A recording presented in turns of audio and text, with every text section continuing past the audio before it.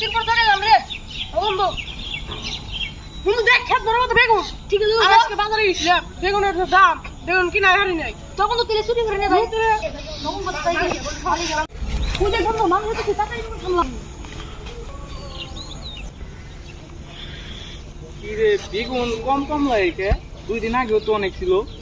বুঝলাম না চুরি করে হয়তো কেউ যাই আরে আরে কুতুস মিয়া না ভাই ভাই দেখছেন না ভাই দেখ বেগুন আছে সব বেগুন কি বুঝলাম না 2 দিন আগেও তো ছিল অনেক বেগুন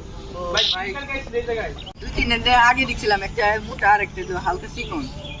তুমি এখন দেখলে চিনবা না 2,000 years later.